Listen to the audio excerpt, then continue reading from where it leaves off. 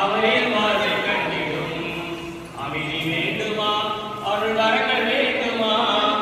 ஆவியாரின் தூண்டுதலில் வாழ வேண்டுமே தூய ஆவியாரின் தூண்டுதலில் வாழ வேண்டுமே ஊனியல்வின்